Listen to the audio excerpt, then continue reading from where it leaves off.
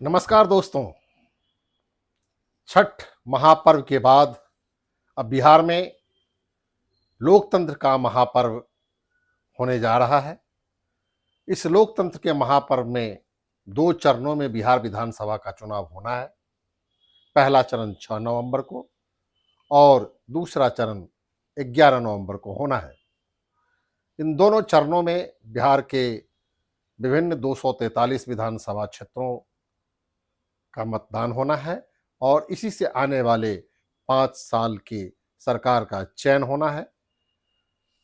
तो बिहार के मतदाता मालिकों से मेरी गुजारिश है कि इन 2 तिथियों पर जिन जिन लोगों का मतदान होना है वे काफ़ी सोच समझ करके अपना मतदान करेंगे, क्योंकि इसी मतदान से आने वाले 5 वर्षों में बिहार के भविष्य का फैसला होगा।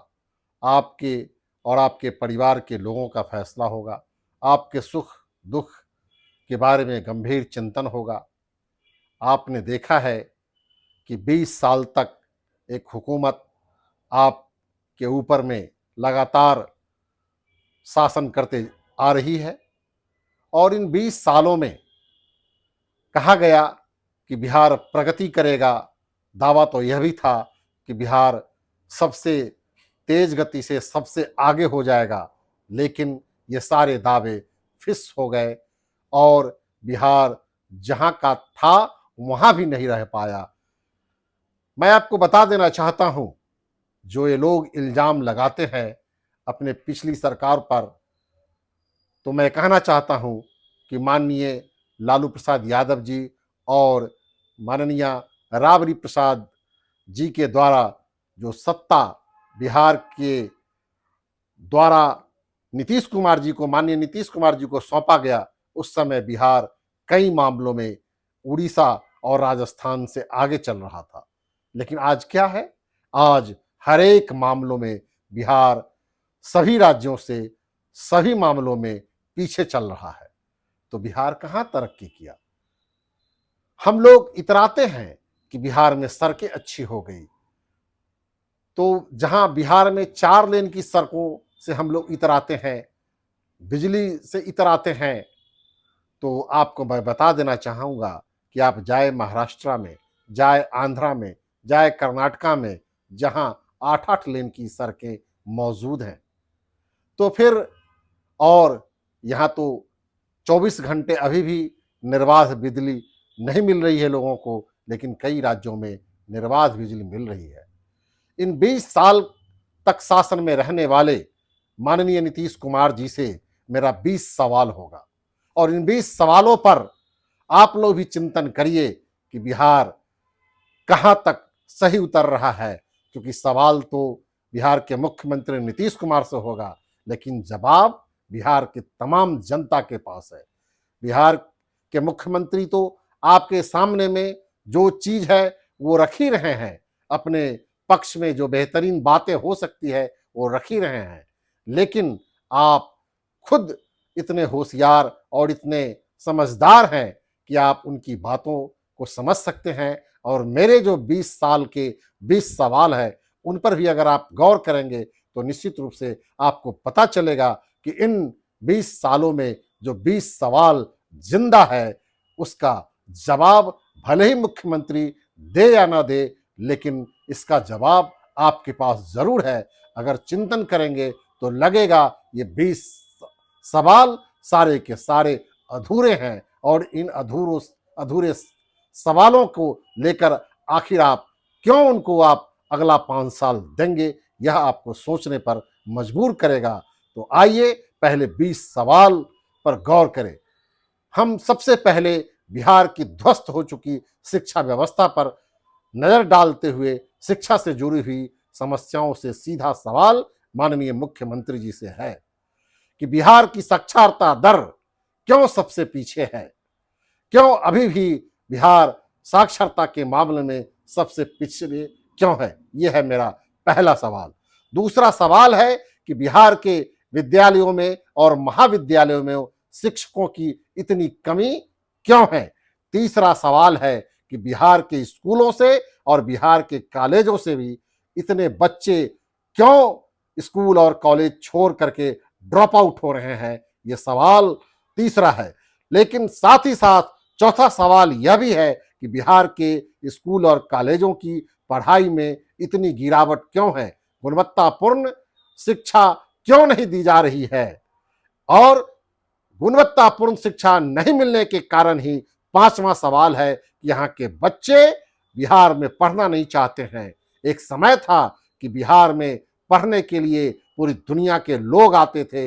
यहाँ के नालंदा विश्वविद्यालय, यहाँ का विक्रम विश्वविद्यालय पूरे विश्व में प्रसिद्ध था। लेकिन आज क्या है, बिहार का बच्चा भी बिहार में पढ़ना नहीं चाहता है। यही कारण है कि करोड़ों रुपए का नुकसान प्रतिमाह हो रहा है, जो बिहार के बच्चे बिहार से बाहर दूसरे राज्यों में और दूसरे देशों में अच्छी शिक्षा के लिए चले जा रहे हैं। इन सबको रोका जा सकता था। मेरा छठा सवाल है कि बिहार में निजी स्कूल और कॉलेजों की मनमानी चरम सीमा पर है, उस पर नियंत्रण रखने के लिए क्यों नहीं कोई मुकम्मल कानून बनाया जा सका, जिससे स्कूल और कॉलेजों की जो मनमानी है,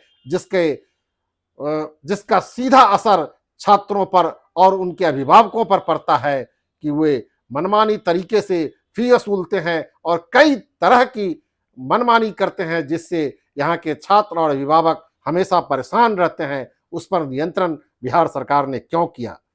और जो छठा सवाल है शिक्षा के मामलों से, यह है कि बिहार में इतने दिनों में लगातार विभिन्न प्रतियोगिताओं की परीक्षा के पेपर क्वेश्चन लीक होते रहे हैं, आउट होता रहा है। उस पर रोक क्यों नहीं लगाया गया। परीक्षा के पेपर पर जो क्वेश्चन बार बार बाजार में आ जाता है, उस पर रोक क्यों नहीं लगाया गया, ताकि योग्य उम्मीदवारों को नौकरी मिल सके। परीक्षाओं में सेटिंग होती है और हमारे योग्य उम्मीदवार, योग्य प्रतियोगी छात्र रह जाते हैं और सेटिंग के आधार पर वाले लोग चयनित कर लिए जाते हैं। मेरा 7 सवाल ये शिक्षा के क्षेत्र से था। मेरा और 4 सवाल युवाओं के रोजगार से संबंधित है, क्योंकि हिंदुस्तान सबसे युवा प्रदेश है और इस हिंदुस्तान में बिहार सबसे ज्यादा नौजवानों का राज्य है। तो मैं ये बताना चाहता हूं कि बिहार में रोजगार के लिए क्यों नहीं उपाय किए गए अब तक। इसका सीधा कारण है कि 8वां सवाल है मेरा कि बिहार की तमाम फैक्ट्री धीरे धीरे इन 20 वर्षों में क्यों बंद होती चली गई। और बंद होती गई फैक्ट्री से ही नहीं रुका बिहार ने। मेरा अगला सवाल है कि बिहार में नई फैक्ट्री भी कोई नहीं लग सकी, जिसके कारण यहाँ के लोगों को कोई रोजगार नहीं मिल सका। यह भी हो सकता था कि बिहार के नौजवानों को स्वरोजगार में नियोजित करके भी यहाँ के लोगों को एक सुंदर भविष्य दिया जा सकता था, लेकिन यह भी नहीं हो गया। यह भी एक स्वरोजगार पर जोर क्यों नहीं दिया गया, यह भी एक जिंदा सवाल है। मेरा 11वां सवाल है जिसके कारण बिहार सबसे ज्यादा बदनाम रहा है। और बिहार के मुख्यमंत्री बनने से पहले नीतीश कुमार जी चारों तरफ पूरे बिहार में घूम घूम करके ये कहते थे कि 2 वक्त की रोटी के खातिर बिहार के लोगों को बिहार से बाहर नहीं जाना पड़ेगा। लेकिन 20 वर्षों में भी बिहार की हालत में कोई तब्दीली नहीं आई और बिहार 20 सालों में भी लगातार दूसरे प्रांतों में मजदूरी करने के लिए और 2 वक्त की रोटी के लिए पहले से ज्यादा संख्या में बिहार से बाहर जा रहे हैं। यह मेरा 11वां सवाल था। अब मैं आना चाहता हूं स्वास्थ्य के सवाल पर, जो कि बिहार पूरी तरह से फिसड्डी है। बिहार के लोगों को हल्की फुल्की बीमारी में भी दिल्ली, चेन्नई, कोलकाता और मद्रास, मुंबई इन सब शहरों में जाना पड़ता है। तो क्यों नहीं इन 20 वर्षों में बिहार में एक अच्छी स्वास्थ्य सुविधा दी गई। सरकारी अस्पतालों की स्थिति इतनी खराब क्यों है, ये मेरा पहला सवाल है स्वास्थ्य के मामलों में। और पूरे मामलों में 12वां सवाल है। 13वां सवाल है कि इन अस्पतालों में डॉक्टरों की निहायत कमी है। ये क्यों बिहार सरकार पर्याप्त मात्रा में इन सरकारी अस्पतालों में और चिकित्सा महाविद्यालयों में डॉक्टर की क्यों नहीं भर्ती कर रहे हैं? नॉन मेडिकल स्टाफ की भी यहां पर भारी कमी है, ऐसा क्यों है? और मेरा 15वां सवाल फिर बिहार सरकार से है कि आपके ढीलासिली के कारण, आपकी गलतियों के कारण निजी अस्पतालों में जबरदस्त मनमानी होती है और जबरदस्त तरीके से मरीजों से पैसे वसूले जाते हैं। इस पर आपने रोक लगाने के लिए अब तक कोई मुकम्मल व्यवस्था क्यों नहीं किया है? ये मेरा 15वां सवाल बिहार के मुख्यमंत्री जी से है। बिहार एक कृषि प्रदेश रहा है। बिहार के लोग 70% लोग बिहार में कृषि पर निर्भर करते हैं। उसके बावजूद भी यहाँ की कृषि बिल्कुल हानि का सौदा है। यहाँ लोग खेती नहीं करना चाहते हैं, उसकी कई वजह हैं। तो मैं ये कहना चाहता हूँ, बिहार सरकार से मैं पूछना चाहता हूँ अपना 16वां सवाल कि बिहार की लाभकारी खेती के लिए, बिहार के किसानों की बेहतरी के लिए आप उनको बैंकों से उचित मात्रा में लोन क्यों नहीं मुहैया करा रहे हैं, ताकि बिहार के किसान आज अपनी खेती को लाभकारी बना सके। बिहार में आपको बता देना चाहते हैं कि इनके अतिरिक्त भी कई सवाल जिंदा है, जो कि बिहार के मुख्यमंत्री को यह सोचना चाहिए। बिहार के बैंकों में जो बिहार के लोगों की गाढ़ी कमाई है, वो बिहार के बाहर चला जाता है। ये पैसा आपका जो बैंकों में रखते हैं, वो दिल्ली के लोगों को लोन में दिया जाता है, मुंबई के लोगों को लोन में दिया जाता है, चेन्नई और हैदराबाद के लोगों को लोन में दिया जाता है, गुजरात के लोगों को लोन में दिया जाता है। और बिहार के लोग जब बैंकों में जाकर के लोन लेना चाहते हैं तो उनको लोन नहीं मिलता है। इसलिए साख जमा अनुपात बिहार का सबसे पीछे है। मैं ये चाहता हूं कि बिहार के बैंकों में आज तक ऐसी व्यवस्था क्यों नहीं की गई सरकार के द्वारा से कि वो बिहार के लोगों की का गाढ़ी कमाई का पैसा बिहार में स्वरोजगार और किसानों को लाभकारी योजनाओं का लाभ देकर के उनको लोन क्यों नहीं दिया जाता है? ये मेरा सवाल था। और भी सवाल है कि अफसरशाही और घुसखोरी पर लगाम क्यों नहीं लगाया गया? इन 20 वर्षों में अफसरशाही इतनी बढ़ गई कि लोकशाही खत्म हो चुकी है। अफसर और घुस रिश्वतखोरी की वजह से बिहार के लोग त्राहिमाम त्राहिमाम कर रहे हैं। किसी भी कार्यालयों में बिना घूस लिए हुए कोई काम नहीं हो रहा है और जो रिश्वतखोर ऑफिसर पकड़े जाते हैं उनके घरों से करोड़ों रुपये बरामद भी होते हैं, लेकिन वे 6 महीने में ही फिर से अपने काम पर वापस लौट जाते हैं। ये कहाँ का न्याय है? और बिहार में इस तरह की छूट इन अफसरों को कौन दे रहा है? ये सीधा सवाल बिहार के मुख्यमंत्री से है। मेरा अगला सवाल, बिहार एक ऐतिहासिक और पर्यटन के दृष्टिकोण से काफी महत्वपूर्ण राज्य रहा है। बिहार के लोगों की आजीविका पर्यटन के माध्यम से विकसित की जा सकती है। बिहार के लोगों की आमदनी पर्यटन के माध्यम से विकसित की जा सकती है। तो पर्यटन स्थलों का विकास तेजी के साथ क्यों नहीं किया गया और उसको लोगों को पर्यटन के लिए बाहर से आने के लिए विभिन्न तरह की योजनाएं क्यों नहीं बनाई गई, ताकि बिहार से बाहर से लोग बिहार में ऐतिहासिक स्थलों को देखने आते तो बिहार के लोगों को कई तरह का रोजगार मिलता और बिहार के लोगों की आमदनी में वृद्धि होती। ऐसा नहीं हो सका। मेरा 19वां सवाल है कि बिहार के अपराध पर क्यों नियंत्रण नहीं हो पाया? जब छिटपुट हिंसा होती थी तो बिहार के पूर्ववर्ती शासन को, माननीय लालू प्रसाद यादव जी के शासन को और माननीय राबड़ी देवी जी के शासन को जंगल राज की उपमा दी जाती है। तो उससे तो 4 गुना 5 गुना अपराध की संख्या में वृद्धि हुई है। तो ये कैसे इस शासन को हम सुशासन कह सकते हैं? ये तो महाजंगल राज, ये राक्षस राज है कि दिन दहाड़े चारों तरफ गोली मार दी जाती है। माँ बाप के आंखों के सामने में महिलाओं की बलात्कार हो जाता है। मांग के सिंदूर उजाड़ दिए जाते हैं, घरों में आग लगा दिए जाते हैं, लेकिन कोई देखने वाला नहीं है। अपराध की सीमा चरम सीमा पर है, तो अपराध पर लगाम इन 20 वर्षों में क्यों नहीं लगाया गया?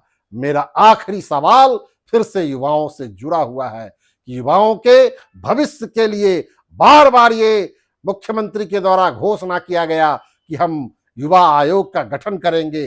देश के प्रधानमंत्री ने भी युवा आयोग के गठन की बात केवल करते हैं, लेकिन आज तक बिहार में युवा आयोग का गठन क्यों नहीं किया गया? युवा आयोग का गठन होता तो बिहार, जो सबसे ज्यादा नौजवान बिहार में रहता है, दुनिया का सबसे तेज और सबसे सशक्त नौजवान बिहार में रहता है, तो इसके उज्जवल भविष्य की योजनाएं बनती युवा आयोग के माध्यम से, उन योजनाओं पर क्रियान्वयन होता।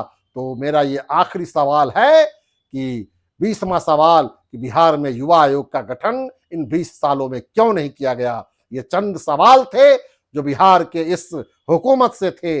आप सब लोगों को इसका जवाब खोजना चाहिए, मांगना चाहिए, और जवाब अगर संतोषप्रद नहीं है तो कैसे हम इस सरकार को फिर से दोबारा चुनेंगे? यदि आपने देखा होगा कि इन 20 सवालों पर आपको कोई जवाब नहीं मिलने वाला है, तो निश्चित रूप से आपको उनको बदल करके, बिहार को बदल करके एक नई सरकार चुनने की कोशिश कीजिए, जिन्होंने बहुत कम समय में सरकार में रह करके, उप मुख्यमंत्री के पद पर रह करके माननीय तेजस्वी जी ने बिहार को एक नई दिशा देने का काम किया। बिहार के नौजवानों को भारी संख्या में नौकरी दे करके उनके उज्जवल भविष्य का जो सपना दिखाया। ऐसी सरकार जो लगातार पढ़ाई, कमाई, दवाई, सिंचाई और सुनवाई तथा कार्रवाई की बात करता हो, वैसी सरकार को आप क्यों नहीं चुनेंगे? इसलिए आइए, आप जो एक बेहतर भविष्य का सपना लेकर के आपके बीच माननीय तेजस्वी जी आए हैं, उनके नेतृत्व में जो महागठबंधन के प्रत्याशी हैं 243 क्षेत्रों में, उन महागठबंधन के प्रत्याशियों को भारी से भारी संख्या में आप जिताएं, ताकि 2/3 से भी ज्यादा बहुमत से बिहार में माननीय तेजस्वी जी के नेतृत्व में सरकार का गठन हो और बिहार के युवाओं का, बिहार के लोगों का और बिहार के माताओं एवं बहनों के भविष्य का एक सुंदर चित्र आपके सामने में उपस्थित हो सके। जो वर्षों से हम लोगों ने सपना सजाया था, वह सपना साकार करने का वक्त आया है। आप आइए और महागठबंधन के विभिन्न प्रत्याशियों को उनके चुनाव चिन्हों पर मतदान करके नए बिहार बनाने का संकल्प ले। 14 नवंबर को निश्चित रूप से जो सरकार का गठन होगा वह माननीय तेजस्वी प्रसाद यादव जी के नेतृत्व में गठन होना चाहिए। इन्हीं बातों के साथ आप सभी लोगों से मैं पुनः गुजारिश करूंगा कि बार बार सोचे, 2 बार सोचे, 3 बार सोचे और बार बार सोचे कि कौन सरकार आपके लिए बेहतर हो सकता है। वह सरकार जो 20 साल में भी सत्ता पे रह करके अभी तक कुछ नहीं कर सकी, या जिन्होंने मात्र कुछ दिनों में सत्ता में रह करके कई सारे काम किए, वैसी सरकार आपको चुनना है। तो आइए, निश्चित रूप से आपका जो उत्तर होगा वह माननीय तेजस्वी प्रसाद यादव जी के नेतृत्व वाली सरकार पर होगा। यही उम्मीद और इसी आशा के साथ हम ये आप पर पूर्ण विश्वास करते हैं कि आप 6 नवंबर और 11 नवंबर को निश्चित रूप से आप महागठबंधन के प्रत्याशियों के पक्ष में मतदान करेंगे। धन्यवाद।